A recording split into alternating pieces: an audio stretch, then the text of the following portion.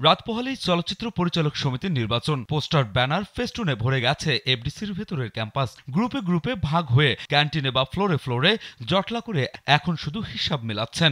চূড়ান্ত ক্যাম্পেইন শেষ হবে আজ রাতে। ভোটারদের কাছে ভোট প্রার্থনা করা, বাড়ি বাড়ি যাওয়া কিংবা মোবাইল ফোনে মেসেঞ্জারে, হোয়াটসঅ্যাপে ভোট চাওয়ার কাজ শেষ হয়েছে। এখন শুধু ভোট কাস্টিং করা বাকি। বাংলাদেশের এই একটি মাত্র সংগঠনই আছে যার নিয়ম হলো ভোটের ফলাফল ঘোষণার আধা ঘন্টার মধ্যেই পরাজিত এসে বিজয়ীদের শুভেচ্ছা জানাবেন, আর বিজয়ীরা পরাজিতদের গলায় মালা পরাবেন। চলচ্চিত্র পরিচালক সমিতির এই রীতি দীর্ঘদিনের, যেখানে বাংলাদেশের যে কোনো সংস্থা বা সংগঠনের নির্বাচনে ভোট কারচুপির অভিযোগ স্বাভাবিক ঘটনা হয়ে দাঁড়িয়েছে, কিন্তু একমাত্র এই সমিতির নির্বাচনের ভোট কারচুপি বা অনিয়মের অভিযোগ আজ পর্যন্ত হয়নি। এই রীতিকে সম্মান করেই পরিচালক সমিতির সদস্যরা আগামীকাল এফডিসির ভেতরেই ভোট প্রদান করবেন। ৩৯৫ জন ভোটারের প্রায় সকলেই উৎসবমুখর পরিবেশে পিকনিক মুড নিয়ে কাল সকাল থেকেই এফডিসিতে আসবেন।